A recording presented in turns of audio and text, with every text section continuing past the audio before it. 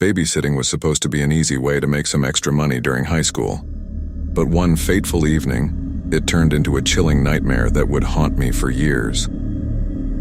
I arrived at the suburban house, greeted by the warm smiles of the parents as they headed out for the night. They assured me their daughter Lily was fast asleep, and all I had to do was keep an ear out for her. As the evening settled in, the house grew quiet. I watched TV in the living room, the dim glow of the screen casting eerie shadows on the walls. The only sounds were the occasional creaks of the old house. Then I heard it. A soft scraping noise from upstairs, like the sound of a window being forced open. Panic surged as I realized Lily couldn't be making that noise. She was just a toddler.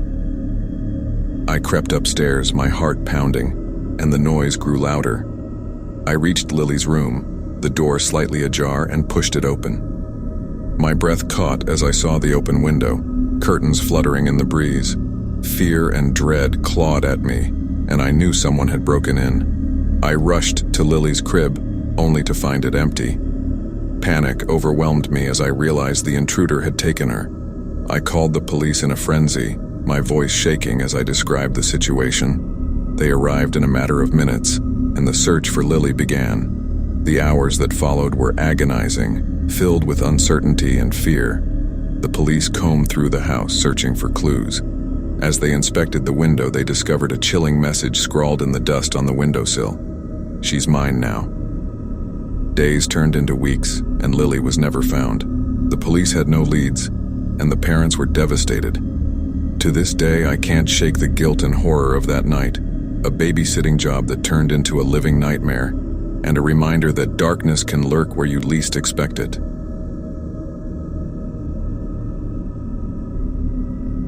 Babysitting had become a regular gig for me, an easy way to earn some cash during my college years. I was confident and experienced, never imagining that one night would shatter my sense of security forever. The parents had left me in charge of their 3-year-old daughter, Sophie, and I had tucked her into bed without any fuss. The suburban house seemed cozy enough, and I settled in the living room, the soft glow of the TV providing a comforting backdrop. As I watched TV, a sudden shiver crawled up my spine. An unsettling feeling of being watched washed over me, and I scanned the dimly lit room. That's when I saw it, a shadowy figure standing in the hallway. Panic clenched at my chest, and I strained to see who it was. The intruder seemed to melt into the darkness, but their eyes gleamed with malevolence. Fear swelled inside me as I realized they were making their way toward me. I dialed 911, whispering the situation to the operator, my heart pounding like a drum. The intruder drew closer, their footsteps unnaturally silent. I knew I couldn't stay put, so I grabbed Sophie from her crib, her tiny form trembling in my arms. I slipped out of the living room, tiptoeing toward the back door. The intruder's presence grew more menacing, their breath hot on the back of my neck. I could hear them muttering unintelligible words, a language foreign and eerie. Just as I reached the back door, it burst open with a deafening crash.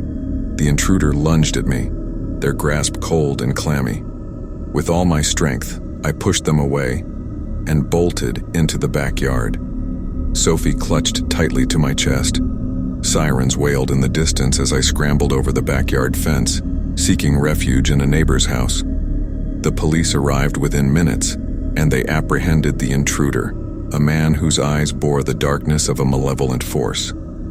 It turned out that he had broken in with sinister intent, but the presence of the police had driven him away. Sophie and I were shaken but unharmed, and her parents returned home to a scene of chaos. That night changed me.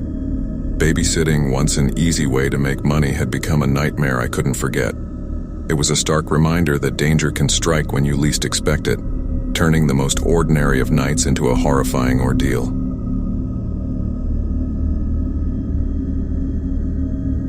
Babysitting was my go-to job during high school, a way to earn extra cash and escape the monotony of homework. Little did I know that one fateful evening would plunge me into a chilling nightmare. The house was quiet when I arrived, and the parents rushed out, leaving me in charge of their 2 young children, Timmy and Emily. The night seemed ordinary, But as the hours passed, an unsettling feeling crept in. I settled on the couch with a book, the only sound the ticking of the wall clock. Then, I heard it, a soft rustling from the hallway. I froze, straining my ears, trying to dismiss it as my imagination. But the rustling grew louder, more distinct. Fear gnawed at me as I realized someone was in the house. I crept toward the hallway, heart pounding, and saw a shadowy figure moving toward the children's rooms. Panicked, I grabbed the phone and dialed 911, whispering the situation to the operator. The intruder's presence was undeniable, and I knew I couldn't confront them directly. I made my way to Timmy and Emily's room, desperate to protect them. The intruder had entered Emily's room, their silhouette ominous in the dim light. I prayed the police would arrive in time. Just as the intruder reached for Emily's bed, the police sirens wailed outside, and the house filled with the flashing lights of their patrol cars. The intruder fled down the hallway, disappearing into the night. The police arrived, apprehending the intruder a few blocks away. It turned out he had broken in with sinister intentions, but the timely arrival of the police had thwarted his plans. The parents returned home, grateful for our safety, and the police assured us that he would be brought to justice. But that night, I couldn't shake the feeling of vulnerability, of how close we had come to a horrifying tragedy. Babysitting would never be the same. It was a stark reminder that danger can lurk even in the most ordinary of homes, turning a routine job into a chilling encounter with the unknown.